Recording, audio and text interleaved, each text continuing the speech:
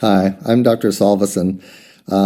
I just want to begin by thanking the organizers for this conference, as well as Qigong Li, who to present today. It's an honor. About the evolving scientific basis, which is integrating Chinese medicine for treatment of depression. I'm a clinical professor in Mood Disorders Clinic and Depression Research Clinic, Psychiatry Department at Stanford University. I also founded and am medical director for Clinic Integral TMS in Sunnyvale, California. We focus on using non-invasive brain stimulation as a treatment for treatment-resistant depression.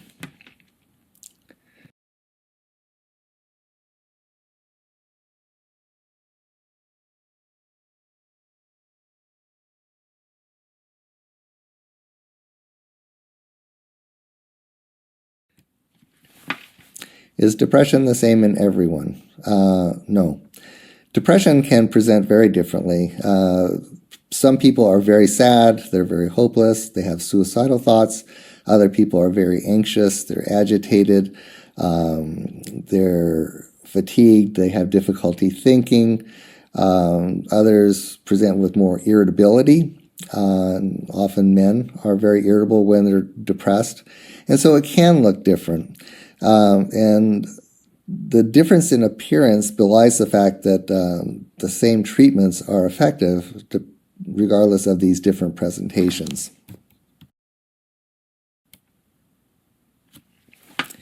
Now, what to do when a family member has depression? I just mentioned this briefly because it does come up frequently. The best thing you can do is offer support and encouragement.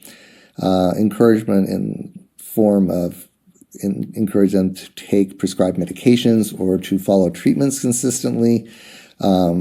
Help with them to make it to their appointments if needed. Some people who are very depressed are very avoidant and fearful, and they stop being able to drive on their own. So that's very important. And then in terms of people who have suicidal feelings within your family, it's okay to talk to them. It doesn't increase the likelihood of them acting on those feelings, and usually it's experienced as supportive to really inquire how they're doing in this around something that's very difficult to talk about. The clinical diagnosis is dependent on having one or two symptoms, sad mood or depressed mood, or loss of interest, loss of pleasure. So you have to have one or the other, or of course both you can have. If you don't have sadness or loss of interest, whatever it is that's going on is not considered depression. So it's important to keep in mind. So sad mood or loss of interest goes along with 4 other symptoms, including fatigue, poor concentration, memory difficulties, sleep and appetite disturbances, feeling like you're a failure, feeling worthless, guilty, or hopeless, and having suicidal thoughts, that is, feeling like life isn't worth living, or that you wish actively to do something to end your life. And I mentioned this briefly before, but not included in the diagnostic criteria are things that you do see with depression, such as anxiety, agitation, irritability. All important things to consider.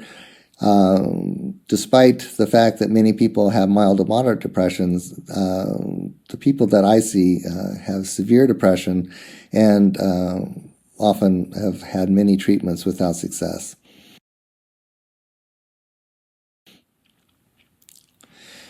Which is the question, what is the next step if antidepressant treatment fails? This includes antidepressant, but also psychotherapy.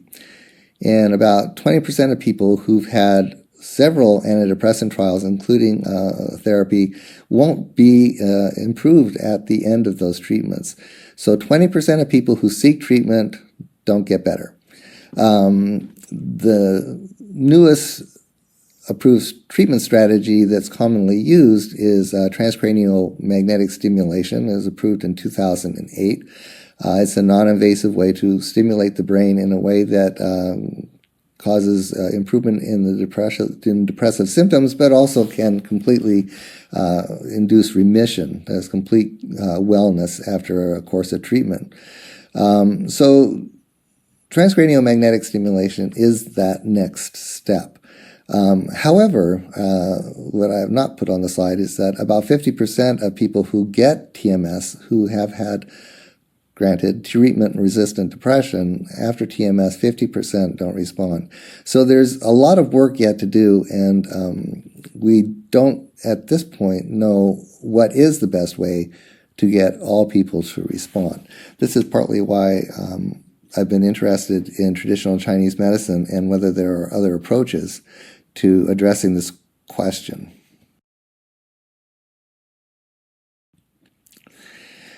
Traditional Chinese medicines, the treatments are really based on a number of different strategies.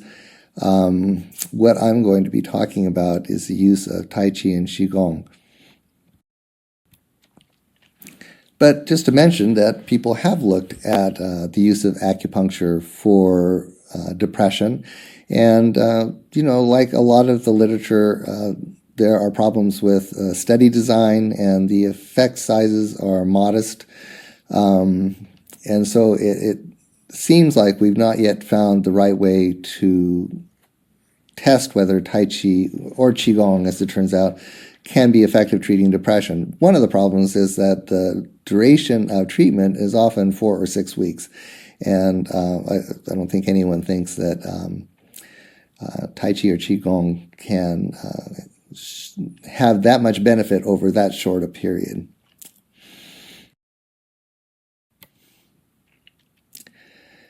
And as I said, for Qigong and Tai Chi, modest benefits, but I think there's untapped potential.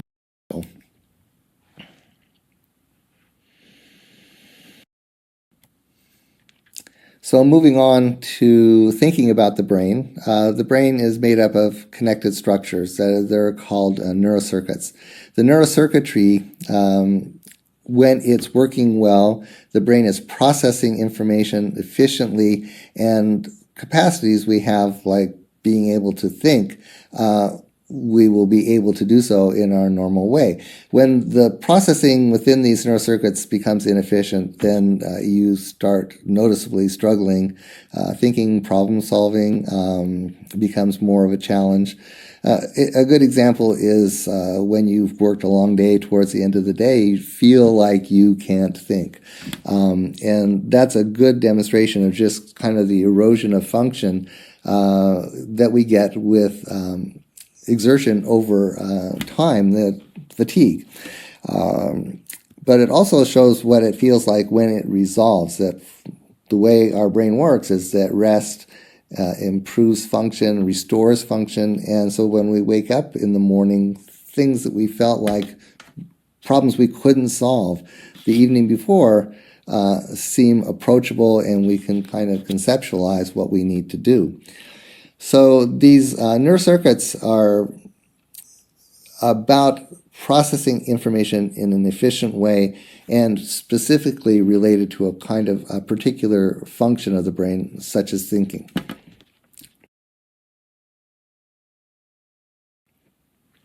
Now, in people that are depressed, the neurocircuitry has been functioning abnormally, and that abnormal processing of information has left its trace by really changing the structure of the brain and changing patterns of connectivity. That is, the way different parts of the circuit are connected. There's a shift in an unhelpful way in terms of areas that are tightly connected, tightly coupled, and other areas that become less tightly coupled, and really is just the opposite of what you see in health. So these changes in the neurocircuitry really underlie the current conception of abnormal function in the brain associated with depression. This is an example of a transcranial magnetic stimulation coil placed up against the skull, and you can see that there is this graphic of magnetic pulses stimulating the brain. The pulse can stimulate brain up to about 1.5 to 2 centimeters. So it's just the most superficial part of the brain that's being stimulated.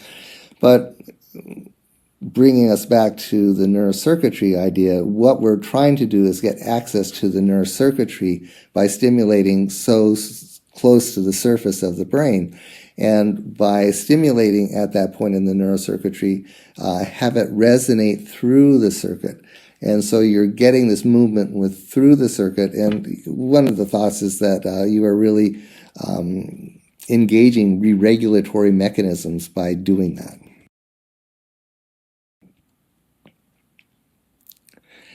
So let's look at this question of developing a scientific basis for integrating Tai Chi and Qigong into the treatment of people with treatment-resistant depression. This is a discussion. We're not there yet. I'm not there yet. But I'll tell you the problem solving that we've done to get to a point where we might be able to start asking questions. Just to say, this is something you're all quite familiar with, the concept of Qi and exercise to promote Qi movement in health and treatment of disease is ancient. This is a Neolithic ceramic showing an image of someone in the classic Qi rest position. 7,000 years is an awful long time to have direct empiric experience, and both in the moving Qi, but also in using Qi in the movement of Qi in meridians to treat illness. It's somewhat, it's not always taken seriously amongst practitioners of Western medicine. There are some inroads being made, but I think part of the problem is not really appreciating what 7,000 years of empirical experience in movement and using Qi and approaches to manipulating Qi by changing patterns of movement of Qi in disease, just that how powerful that is. This is from Mamangdoi tomb from about 200 BC.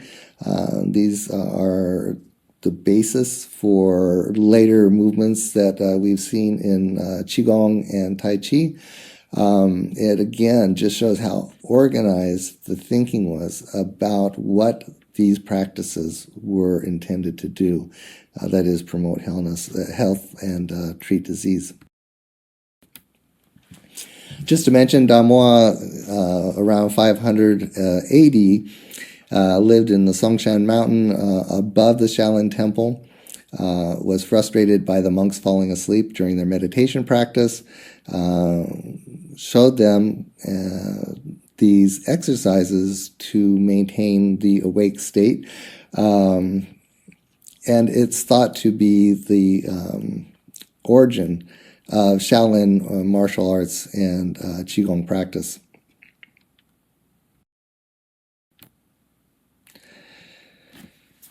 So, as I said, 7,000 years of empirical observation and treatments linking the flow of Qi and its role in illness states.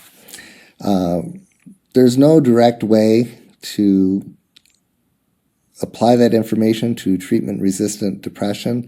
It's going to be, like it has been, empiric. It's going to be trial and error.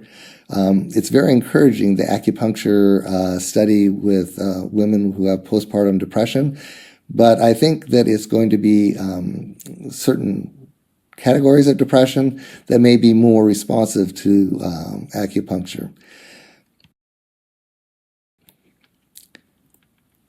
Now, it's funny that there are 12 meridians, and yet out of all those 12 meridians, the brain isn't included, the one central organizing organ of the body. And it's because at the time these concepts were being developed and elaborated on, the full function of the brain wasn't clear, and it wasn't so easy to observe changes in brain function as you say with acupuncture needle placement. So the brain, missing the brain in this map of chi flow within the body, I think might be helpful in terms of thinking about how the brain is organized and how these meridians might influence brain function. And it really is a question of, is it possible to develop a map of the meridians and places along the meridians, the flow of chi, and correlate that with a map of the brain? This is not something I'm ready to do. It's a project for the future, but I think it is the right project. I think trying to map one onto the other is exactly what will clarify the relationship and will lead to a path of this fruitful research and integration between these medicine practices. So transcranial magnetic stimulation, as I showed you, is a non-invasive way to stimulate the brain and has been FDA approved to treat depression. Our mission, in addition to providing care, effective care for very ill and disabled individuals, is to add other treatment approaches to improve the likelihood that they will get well with treatment. As I said, only 50% of people get well with TMS. So things that we can do to improve the outcomes, maybe get to 70% or better, or just reduce the impact of the remaining symptoms so that they're less disabled and have better quality of life. So that's really what our mission is at the Integral TMS Clinic. This is our waiting area. Like I said, we just want to provide the most effective care for a very special population of people who suffer a great deal. So just looking at the device again to give you a better sense. So on the upper left-hand corner, you can see the chair where people sit, and then that black butterfly-shaped thing is the coil. And then the device on rollers on the ground to the right, that is the device that actually generates the magnetic pulse. It generates an electric current that flows through copper coil in the magnet that then establishes the magnetic field that stimulates the brain. So the TMS coil, just taking a little closer look at it in the left lower panel and the right upper panel again. Now you see two three-pronged registers. So one of the things that we do is an attempt to kind of avoid problems that have existed in the field up till now, which is that the placement of the coil is imprecise and inconsistent. So we have began using neuronavigation at the point that we opened the clinic, and these registers are used by a device, a neuronavigation device, to identify where the magnet is, to where the head is, and within the head it shapes an image and placement of a 3D MRI of the brain, so that you have the shape of the skull and the 3D MRI representation within, and the register here, placing all those within an area that the machine can then identify where the magnet is relative to that. So that whole setup is really with the intention of using neuronavigation to have precise and consistent placement of the target.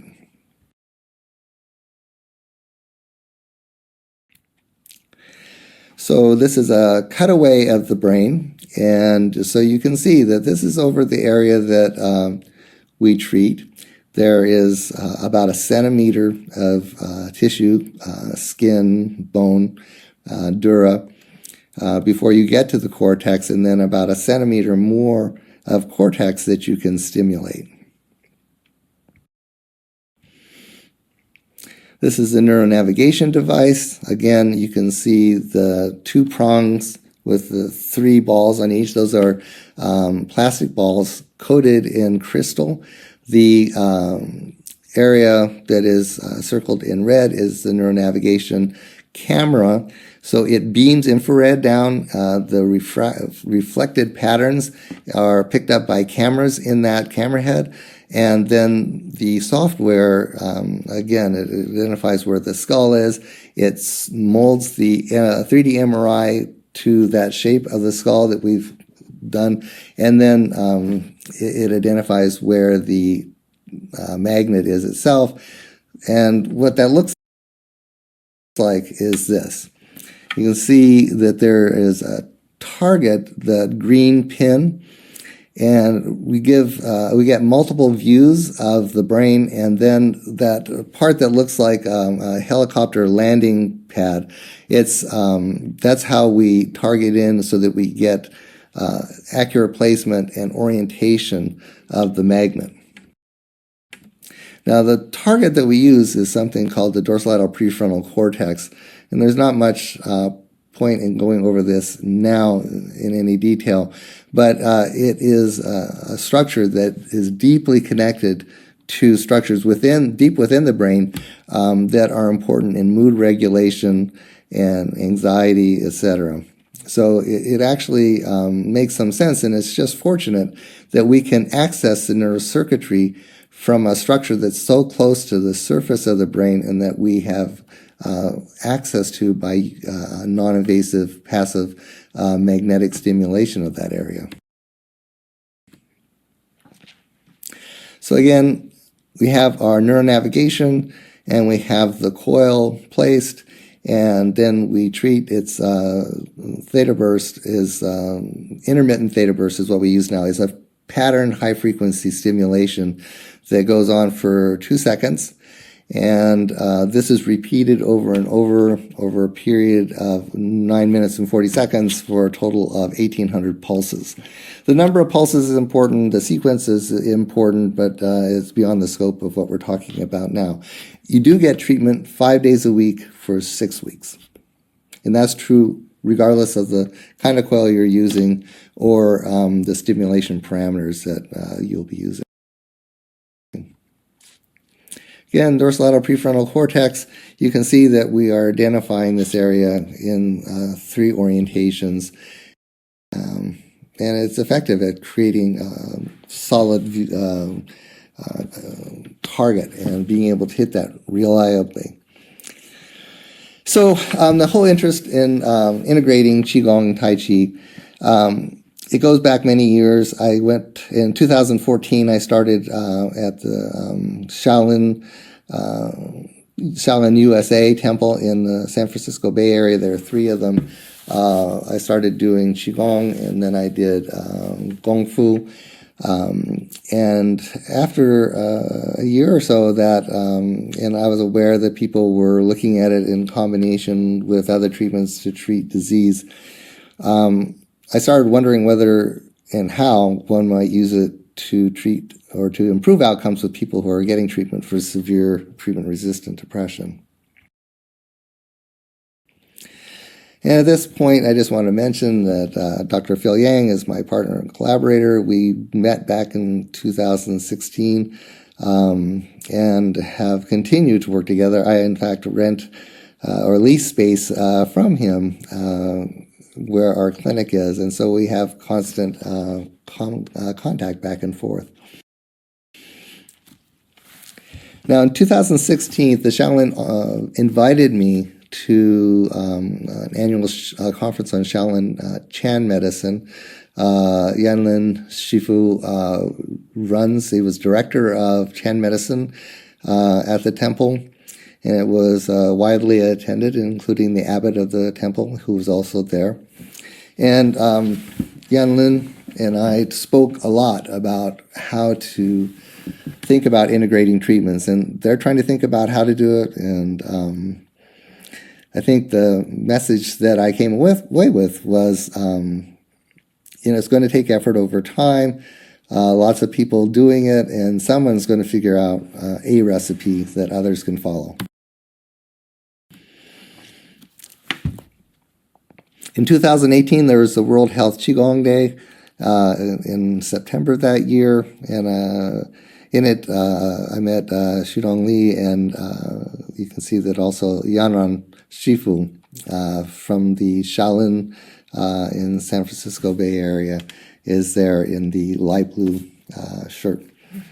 It was a great conference.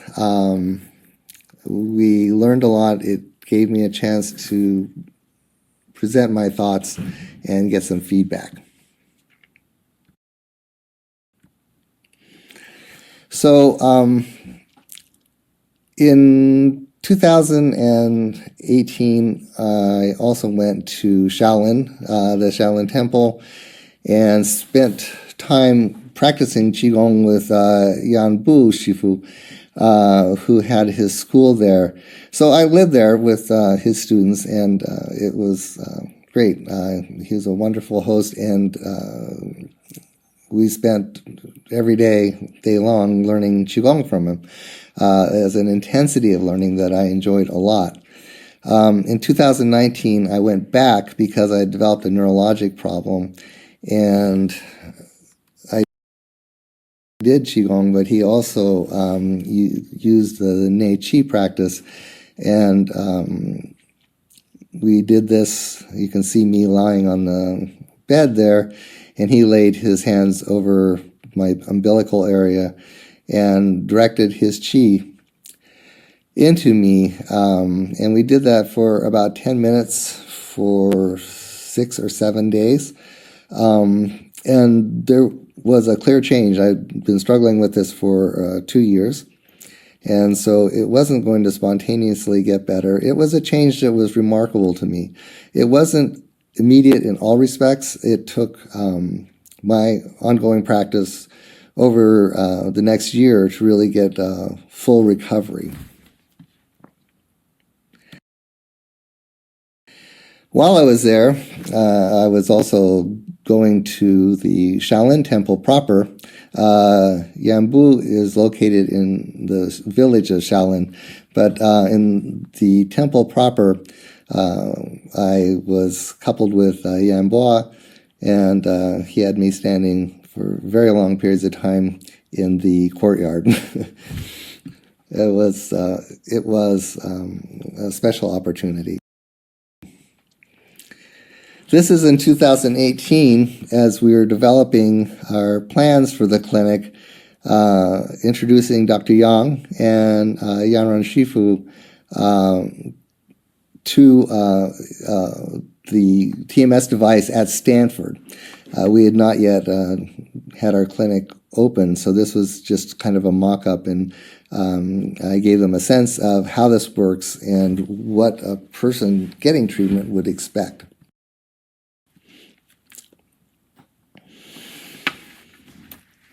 So this whole question about integrating traditional Chinese medicine into psychiatric practice, I really just thinking in terms of the people that I treat, treatment-resistant depression, who seeks this kind of care? Is people who would like a more holistic, integrated approach to care, possibly, but mostly it's people who've either had traditional Chinese medicine or Western medicine for the depression and anxiety, and they really aren't well.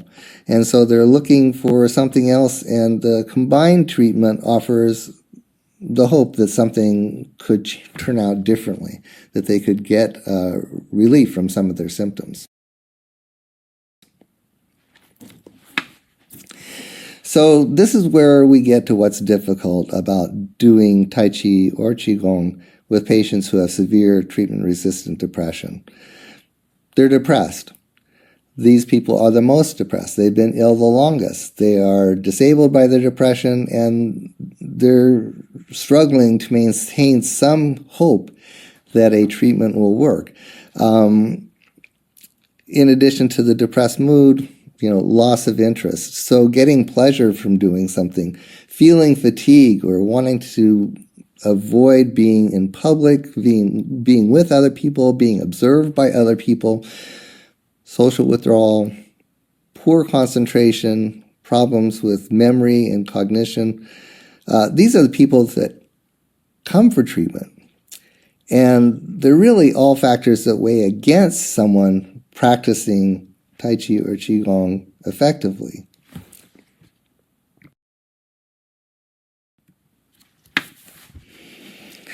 So rather than seeing Tai Chi, for instance, as an opportunity for healing, the patient may more see it like an opportunity to feel inadequate, disappointed in themselves, and feel that they are disappointing the doctor and the teacher.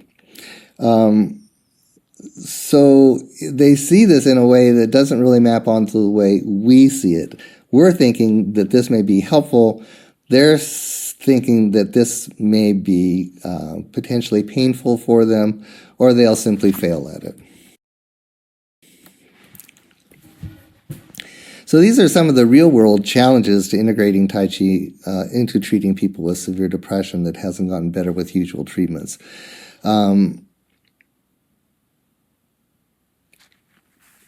Obviously the way to make this work is to find a way to work around these barriers and these limitations. We do have some thoughts, obviously. I'm here talking to you, and we are trying. The current approach is one to address the issue of kind of the environment. We have the staff are there who they recognize as being supportive.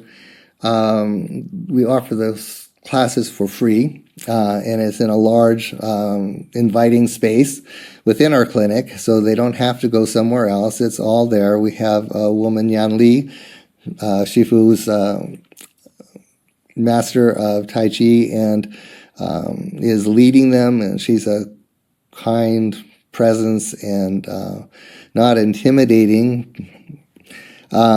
And we focus on exercises to move Qi that don't require remembering a sequence of movements. That is, rather than learning something that's 106 movements or even 20 movements, 10, what they do is they just imitate what the teacher's doing. And so they don't have to remember anything from the time before. And this is this cloud hands, as Yan Li calls them, she feels like this can move Qi in a way that is therapeutic. And so this is our way of trying to step around the limitations of fatigue, difficulty concentrating, not being able to remember. Being supportive helps with people who are depressed and anxious. But it's still a challenge to have people show up for the class because there's a lassitude, but also just kind of an underlying fear of doing something different when they're feeling bad.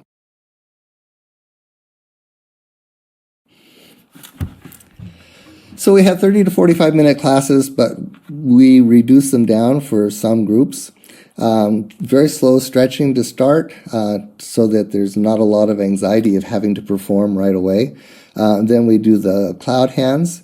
They follow the teacher. No need to learn a series of movements. Regular attendance doesn't matter. Doing more is better, and that's what we emphasize. And it's okay if it seems to be too much to not do it that day. I mean, you have to be flexible with this population for them to feel welcome and to help them get past the things that limit them. Yan Li, she's a PhD, also a master Tai Chi, somatic coach, and instructor in the Moving Stillness School of Embodiment.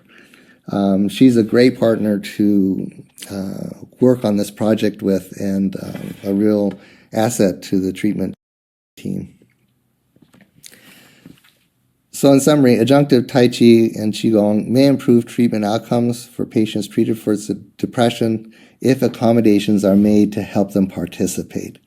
Again, this is really looking at the people who need additional treatments that can provide benefit in reducing symptoms, improving quality of life, or, with luck, complete remission of their depression. Thank you very much.